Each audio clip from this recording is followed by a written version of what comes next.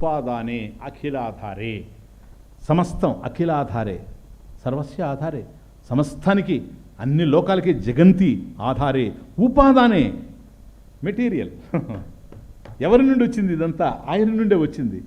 ఎప్పుడైతే ఉపాదానే అన్నాడో, ఉపాదాన కారణం పరమేశ్వరుడు అయినప్పుడు వస్తువులో ఉన్నది ఉపాదానమే. మట్టి నుండి కుండ వచ్చింది కనుక కుండలో ఉన్నదంతా కూడా మట్టే. పరమేశ్వరుడి నుంచి జగత్ ఎప్పుడైతే ఆవిర్భవించిందో తదేవ కార్యం సకలం తదైవ, సద్బ్రహ్మ కార్యం బ్రహ్మ నుండి పుట్టుకొచ్చింది కనుక సద్బ్రహ్మ కార్యం, బ్రహ్మ కారణము, జగత్ కార్యము, సకలం, ఈ సకలం జగత్, అఖిలం జగత్ బ్రహ్మ ఏవా. క్లియర్? ఎందుకని ఉపాదానం. మట్టి నుండి పాత్ర వస్తే పాత్రలో ఉన్నదంతా మట్టే. బంగారు నుండి ఆభరణం వస్తే ఆభరణంలో ఉన్నదంతా బంగారే. బ్రహ్మము నుంచి సృష్టి వస్తే సృష్టిలో ఉన్నదంతా కూడా బ్రహ్మమే.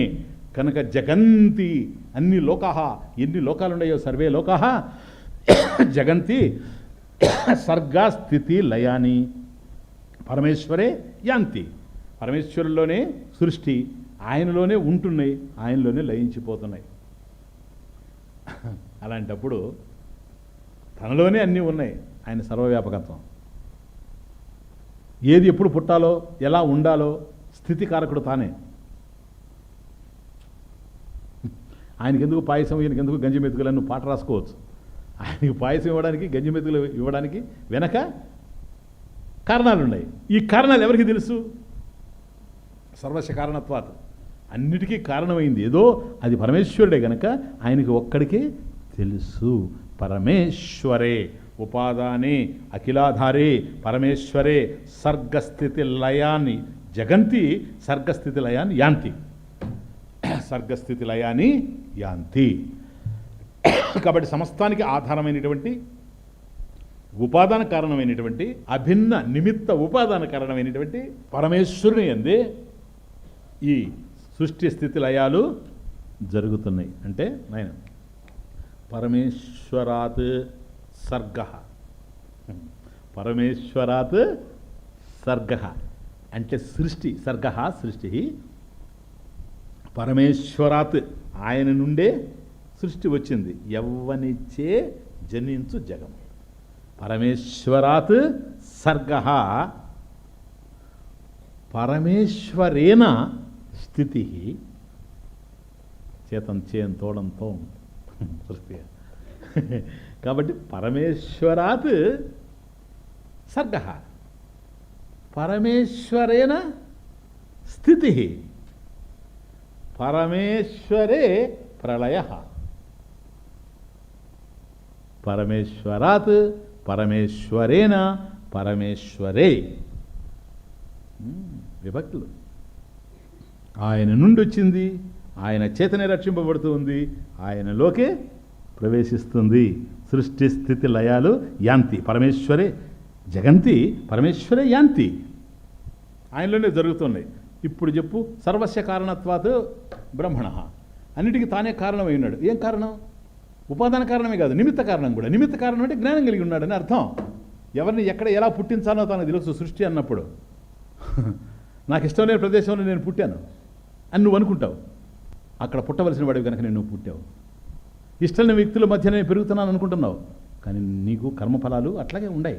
ఇవన్నీ తెలిసినటువంటి వాడు సర్వజ్ఞ, సర్వశక్తిమత్వం తనకు ఉన్నది కనుక ఎవరెవరిని ఏ విధంగా ఎక్కడెక్కడ ఉంచాలనో అక్కడ ఉంచాడు. ఈరోజు ఆనందంగా ఉన్నామని అనుకోవడానికి అవకాశం లేదు. రేపు ఎట్లా ఉందో ముందు ఉంది. ఏ పండగైనా సరే హాయిగా ఉండేటప్పుడు తెలిసి రాదు. సుఖపెట్టిన వాళ్ళని కూడా కష్టపెట్టగలం. అవసరం వచ్చి అది వచ్చిన రోజు అప్పుడు చేస్తుంది. వరే వాటి ఫలితాలు ఇంత దుర్భరంగా ఉంటాయా, ఇంత దుఃఖపూరితంగా ఉంటాయా? ఆ ఫలితాలు నీకు ఇచ్చేవాడు ఎవరు? కర్మ. కర్మ కిం పరం? పరమేశ్వరే. కర్మ కిం పరం? కర్మత జడం. ఈశ్వరాజ్ఞయ ఫలం ప్రాప్యతే, ఈశ్వరాజ్ఞయ ప్రాప్యతే ఫలం. కాబట్టి నీకు ఫలాన్ని, కర్మ ఫలాన్ని ఇచ్చేటువంటి వాడు జ్ఞానం కలిగిన వాడా, లేకపోతే ముత్తెపిచ్చిపలాగా జడమా? కనుక జడత్వం బ్రహ్మణ ప్రాప్తం నా. ఆయన సర్వజ్ఞత్వం, సర్వశక్తిమంతం, ఇవన్నీ కూడా ఉన్నవి. కాబట్టి ఆయన నుండే పుట్టాయి, ఆయనలోనే ఉన్నవి. ఆయన కథం. మళ్ళీ ఉదాహరణ. ఎట్లా స్వామీజీ? బుద్బుదాని ఇవ వారిని, బుద్బుదానివ వారిని, వారిని నీరు జలం. బుద్బుదం అంటే బొబ్బల్, నీటి బుడగ. నీటి బుడగ ఎక్కడి నుంచి పుడుతుంది? నీళ్ళల్లో. ఎక్కడ ఉంటుంది? తర్వాత టప్పున పైలిపోయి ఎక్కడికి పోతుంది? అంతే. సృష్టి స్థితి లయ.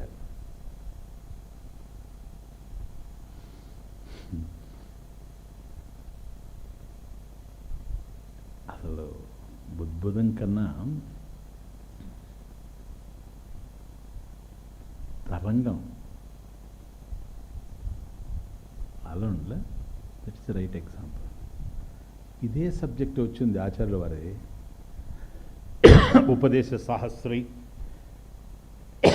అపరోక్షానుభూతి, ఆ ప్రకరణ గ్రంథాల్లో ఇది వచ్చినప్పుడు ఇదే కాంటెక్స్ట్ వస్తే ఆచార్యుల వారు అక్కడ తరంగం వాడారు.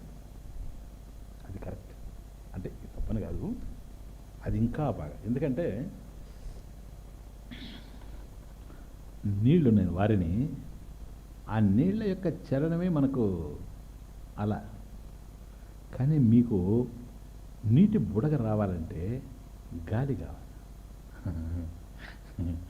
అట్లా ఉంది, గాలి కావాలి. గాలి ఇంకోటి వచ్చినప్పుడు ఇది పరిణామం సిద్ధాంతం అనేది కూడా ఆలోచనలో పడుతుంది. అంటే నీరు బుడగగా పరిణామం చెందిందా అనేటువంటిది ఉంటుంది. అది ఆయనకి తెలియక కాదు. ఎందుకంటే సచ్చిదాత్మన్యనస్యూతే నిత్యే విష్ణౌ ప్రకల్పితా వ్యక్తయో వివిధా సర్వా ఆటకే కటకాదివత్. తర్వాత శ్లోకం రాబోతా ఉంది, నెక్స్ట్ లెక్చర్లో చూస్తాం. అక్కడ క్లియర్ చేస్తూ ఉన్నాడు చాలా క్లియర్గా. ఇది పరిణామవాదం కాదు, వివర్తవాదము. పరిణామం అంటే మార్పు చెందడం, పాలు పెరుగుగా మారడం. నో, రజ్జు సర్పవత్ వివర్తం.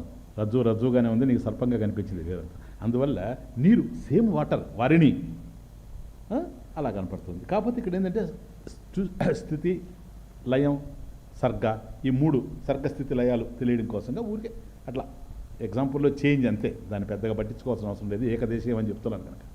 కాబట్టి నీటి బుడగ పుడుతూ ఉంది, ఉంటూ ఉంది, పోతూ ఉంది, అలా లేస్తూ ఉంది, ఉంటూ ఉంది, పోతూ ఉంది.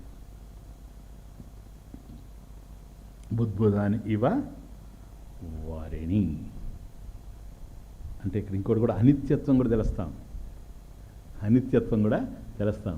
ఏ ప్రపంచం అయితే ఉందో, ఏ లోకాలైతే ఉన్నాయో జగంతి, అవి పుడుతూ ఉంటూ పోతూ ఉండినా ఎట్లా ఉన్నాయంటే బుద్బుదాని ఇవ, నీటి బుడగల్లాగానే ఉన్నాయి. అంటే నీటి బుడగ కనిపించిన ఎంతో కాలం ఎట్లాగైతే ఉండదో, ఈ జగత్తు ఏదైతే ఉందో, ఈ లోకాలు ఏవైతే ఉన్నాయో, ఈ లోకానుభవాలు ఏవైతే ఉన్నాయో, ఈ లోకంతో మనకు ఉండేటువంటి సంబంధాలు ఏవైతే ఉన్నాయో, వ్యక్తుల యొక్క సంబంధాలు ఏవైతే ఉన్నాయో, ఇవన్నీ కూడాను అనిత్యం, అనిత్యత్వం అనేటువంటిది కూడా ఒకటి మనకు తెలుస్తూ ఉంది. బుద్బుదాని సచ్చిదాత్మని అనుస్యూతే నిత్యే విష్ణువు ప్రకల్పితా. Next connection. కనెక్షన్ చెప్తా, మీరు ఆలోచించరండి. ఒక రూపం చెందింది అంటే అంతకుముందు ఒక రూపం ఉండాలి. ఇప్పుడు చూడండి, బుద్బుదాని అన్నప్పుడు నీటి బుడగలు రూపంగా మీకు తెలుస్తున్నాయి కదా. ఇలా నీటి బుడగలు కార్యరూపంలో రూపంగా తెలియడానికి కారణం ఏదైతే ఉందో, ఆ నీరు కూడా రూపం కనపడుతుందా లేదా? ఇప్పుడు కుండ ఉంది, కుండకు రూపం ఉంది అంటున్నావు నువ్వు. మరి కుండకు రూపం ఉంటే దానికి కారణం ఏదైతే ఉందో మట్టి, అది కూడా కనిపిస్తూ ఉంది కదా రూపంతో. కనుక ఒక రూపం ఉంది అంటే దానికి ముందు కారణం ఏదైతే ఉందో అది కూడా రూపం నుండే రావాలి. ఇట్లా తీసుకుంటే బుద్బుదాని వచ్చింది అంటే, తరంగం వచ్చిందంటే దీనికి కారణమైనటువంటిది ఏదో ఇది రూపంలో ఉంది కనుక అది కూడా రూపంగానే ఉండాలి. అయితే బ్రహ్మముకు రూపం ఉందా? రూపమే కనుక బ్రహ్మముకు ఉంటే నీరు బుద్బుదం, అందుకని బుద్బుదం ఇచ్చాడు, తరంగం అనకుండా. నీరు బుద్భుతంగా మారినప్పుడు రూపం మారింది కదా, చేంజ్ అయింది కదా. అట్లాగే బ్రహ్మము జగత్తుగా మారితే